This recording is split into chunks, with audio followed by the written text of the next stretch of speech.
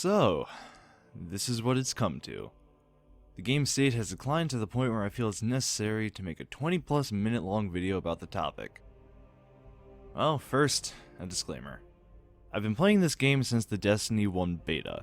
I have a lot of experience with it, and the upcoming gripes are all from a sincere place deep down. I genuinely want to see this game get better, and it definitely has in some regards, but, well, I'm making this video right now, so that covers that. Also, I'm by far and away a primarily PvE player. That's not to say I don't play PvP, and there will be a section dedicated to it, but unless stated otherwise, assume I'm talking about PvE. Also, meet my cameraman, Waifu Destroyer. I would have gotten the clips myself, but I kinda made one of my RAM sticks not functional anymore, and running in single channel RAM kinda cuts your frame rate pretty bad, so he's here to save your eyes from bleeding. Although he's using a trackball, so, maybe the accuracy. Chapter 1. What Destiny Does Right. To help elucidate on why I feel so strongly about these things, I believe it'll help if I mention a few things that I like about the game, that it does right. After all, if it was all bad, I wouldn't care nearly enough to keep playing it for so long. For starters, the base gunplay and abilities are phenomenal. Shooting enemies and throwing abilities around as all different classes and subclasses is just plain fun. Bungie would have to seriously fuck something up to change that.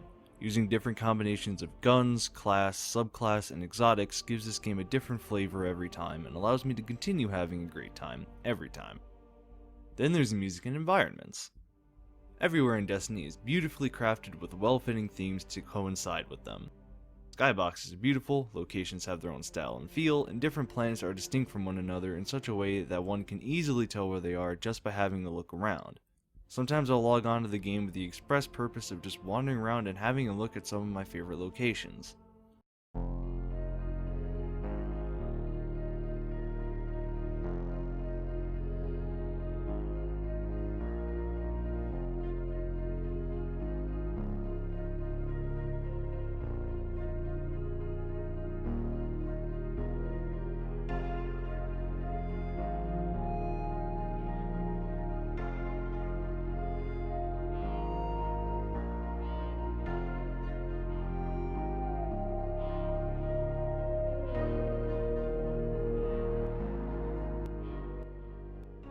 Chapter 2. What Destiny Does Less Right. But now, of course, it's time to get into the meat of this whole shebang. The reason this video is necessary in the first place. Destiny has far more problems that can even be counted. For this reason, I'm not even going to try to make this video a comprehensive compendium of the issues, as it would just simply take too long. Instead, I'm going to focus on the largest pain points and issues that have been mainstays for a very long time now. Part 1. Descriptions. Oh dear God. This game is awful with this. In fact, let's get a live example from the field, aka my inventory. I went through my inventory, not even going through every single item I have, trying to find all the examples I could find of Destiny just being too vague about a description. And there were a couple. I could have put even more on, but I was running out of space, and honestly, the amount of effort it was taking just kinda kept getting sadder and sadder the more and more I had to put up. Destiny is so frustratingly vague about what does what, and yet Bungie has the balls to say that they want people to min-max a lot and make unique builds. Yes, you can do that, but I really shouldn't have to do 5 to 10 minutes worth of testing just to figure out exactly how things synergize with each other or what they do. Let me provide an example. You're a new light, just started playing the game because you saw it was free on Steam. You have absolutely no prior knowledge of the Destiny franchise whatsoever and have started trying to configure your build. Upon talking to Banshee, you see high energy fire. Description: gain a bonus to weapon damage. How much bonus weapon damage? Does weapon in this case mean just your guns, or are abilities included considering the fact that those are technically weapons too? The problem only gets worse and worse the further you look into it. Boss spec. increases damage against bosses and vehicles. How much increased damage? What constitutes as a boss? Does it stack with high energy fire or other damage increasing buffs? Surplus. Buffs your weapon for each fully charged ability. Does that count your super? The answer is yes, but I wouldn't blame you if you didn't know that because it doesn't say that anywhere. Is it so unreasonable to assume that a new light wouldn't understand that their super counts as an ability in cases like this? You're gonna hear me harp about new lights a lot. That's because Destiny's always had a problem with player retention, so I can only imagine if a veteran such as myself is frustrated by this, it's nothing but worse for newer players. Because of the fact that the game seemingly goes out of its way to be vague about what things do, you have to go out of your way to figure out the numbers. There's no reason that anyone should have to Google a question about a perk's effects, cross-reference 3+ websites, and then sometimes still not even be 100% certain. I only have to do that occasionally, but even then it's still frustrating. So just imagine that you're a new player who doesn't know absolutely anything about how this game works. What about debuffs and buffs that don't stack? But then we have things like high energy fire that do stack with things that don't stack with others, and high energy fire stacks with loosened blade and those. It results in this jumbled mess of confusion that's already slightly difficult to keep track of when you're used to the game. Part 2. Sunsetting. So, after Bungie acknowledged sunsetting was a bad thing in Destiny 1, they turned around and did it again with Destiny 2. Why? This is such a colossally bad point that I have to break it down into categories of shit. Category 1. Time investment. Destiny takes a lot of time to play.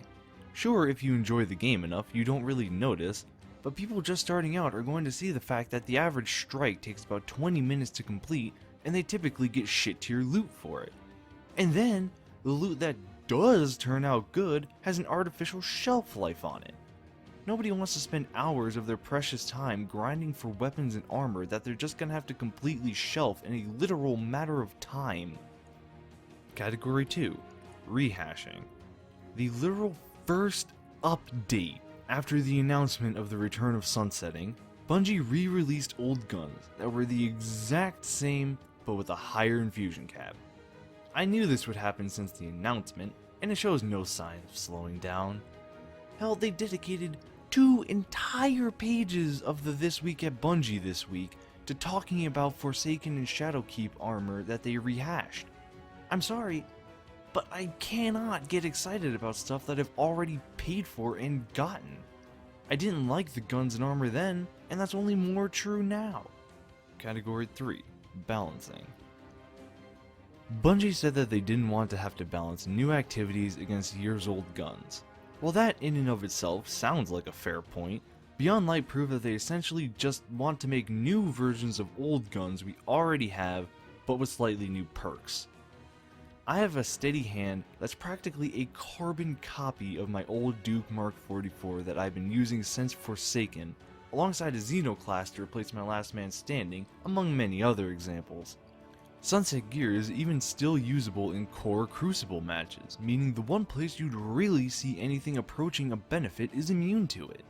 This is best exemplified by the fact that they nerfed Mountaintop on top of sunsetting it, proving that they themselves understand that sunsetting doesn't really solve anything. Category 4. Armor. Why the actual fuck should I have to regrind a god roll piece of armor? It's purely cosmetic, especially with Transmog finally coming with Season 14. It's a huge waste of time and resources that I genuinely don't feel like putting the effort to do. I used to, but that was back when I thought my armor would be forever. And that's not even getting into the fact that you have to have certain armor affinities to have certain Charged with Light perks. So I'd have to have multiple pieces of armor to have all the benefits in different places and exotics. Category 5. Loot Pool. When was the last time you were excited for a legendary engram? For me, it was back when it still had dukes, or interferences, or true prophecies. Post-sunsetting? I can't think of a single legendary engram bound weapon that I at all consider worth anything. Not to mention the fact that you can get guns that will be sunset sooner than new guns released right now, meaning there's a very real chance you can find a god roll on something that expires 1 to 2 seasons from this moment. Category 6. Attachment. Anybody who has played this game long enough has at least one gun that's their baby. For me, it's the Duke. Over 70,000 kills on it, and it's useless. I used to be able to tell you the exact backstory behind every single legendary weapon I carried with me at all times. But now, I can only name one or two, and the rest I just sort of picked up. After all, why bother getting anything approaching attached to your gear when you're just gonna have to replace it later anyway? In fact, I love running Deepstone Crypt for those guns specifically because I know they've got a longer shelf life, meaning I can get more attached to those guns. I'll get actual more use out of them. And that last category leads rather nicely to the next part. Part 3. Bungie. Yes, Bungie themselves are a problem on this list, and oh boy do I have a lot to say about them. Category 1. Trust. The last thing we wanted was for you to look at your favorite gun or helmet and decide that it had become obsolete. Your feedback is clear. The time that you have invested in your stuff should be respected. Bungie, 2014. So that was a fucking lie. Bungie has no trust from me and a great majority of the Destiny community, and for good reason. They've proven time and time again that they truly aren't worthy of it. Even when it seems like they're making good decisions and steering the game in a good direction, they always somehow manage to fuck something up. Every time. Beyond Light could have been a fantastic launch if they hadn't sunset anything or vaulted good locations, but they just had to shoot themselves in the foot somewhere. Category 2. Communication. Or, more accurately, the lack thereof. Bungie seems to think that if they say, "we're listening" enough, it'll actually come true, which is just adorable. It's gotten to the point where it feels as though we're all just along for the ride and at their whims. Sure, they adjusted Shatterdive, but only after the community bitched and moaned about it non-stop for over a month. Category 3. Long-standing bugs. Did you know the colorblind health bars were broken in Forsaken and still haven't been fixed to this day? Or what about Phalanx Melee still being a literal meme? And that's been a problem since the first fucking game. Oh, but if something affects a raid or PvP mode, they'll have that shit fixed damn near day of. Get out of the map in a PvP map? Fixed instantaneously. Arcstrider Way of the Warrior melee not giving dodge back half the time? Still an issue. Bungie seemingly only fixes what they want when they want to. The main argument I've heard time and time again is that there are bigger problems to worry about. I'm sorry, but any problem is a problem to worry about, and the longer it stays in, the larger it is. It's ridiculous that there are issues in this game that I can replicate to this day for a nostalgia hit. Part 4. The Crow Problem. To preface this, I'm not saying Crow's a bad character. In fact, I think he's an excellent character for reasons I'll get into later. But practically everything surrounding him is handled poorly. Category 1. His introduction. In Halo 3, Master Chief wasn't around to see the elites turn against the Covenant.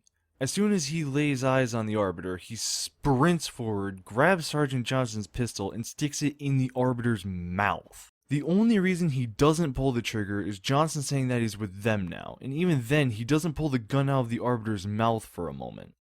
The Arbiter's with us! Come on now. We've got enough to worry about without you two trying to kill each other. Were it so easy. In Destiny 2, the young wolf just stares at Crow, the face of the man who shot and killed Cade, the catalyst for our shift towards darker means. And we just look at him. Not even holding a gun, nothing. Just staring at him. And then they're just buddy-buddy? Like nothing ever happened? Sorry, but that wasn't earned in the slightest. Category 2. Dissociation. Bungie has made a point that they don't want to give us a canon backstory for the young wolf, as they want us to be able to make up one for ourselves. So tell me, why are they forcing us to be friendly with the crow? In the lore tab for Hawkmoon, it talks about the young wolf and crow drinking alcohol and hanging for a bit. Now, two different perspectives from myself and a friend. Me. My huntress hates the crow. She would have shot him dead from the moment she saw him and immediately shot his ghost when it showed up, much less hang out with him. Rotmeat. His titan is stoic, not really showing any emotion, and hates alcohol. Nothing about that scenario at all fits with his character. Playing this season has made me genuinely feel disassociated with my guardian. I haven't ever had this problem before Beyond Light, but for the first time I really feel as though we're separate entities, which is such a damn shame considering how well Bungie did with this exact problem before. The Crow is a good character. He raises new questions. He makes you question the Traveler, the light, the dark, yourself, everything. He's a fantastic character, but I shouldn't have to like him. We're not friends.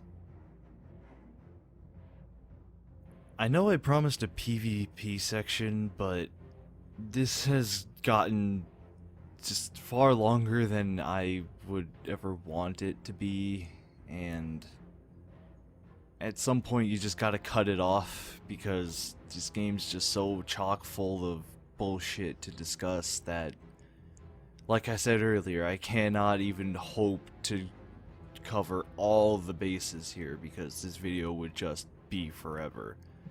But the TLDR of PvP is its gunplay is phenomenal, but abilities just intrinsically ruin it. Like, not even just stasis, but the fact that you can have different classes with different abilities just is an inherent unbalance, and then you can choose different weapons. It's just aggravating. And then they decided to have stasis, which discussing that is beyond the scope of this video, basically. As for me, I'm just gonna be taking a break from Destiny pretty much entirely. I don't know when I'll be back. You know, hopefully Bungie gets their head out of their ass, but I somehow doubt that. With Bungie, it's always looking good, and then there's a fall. Every single time. And they just have to get their shit together, because it's hard to love this game. They are the worst part about it, and that's frustrating as hell. In the meantime, I'll hopefully see some of you in another video, because I'm definitely not going to stop doing that. But I don't know if it'll be out this year, because, you know, I take my time. But anyway, peace out, everybody.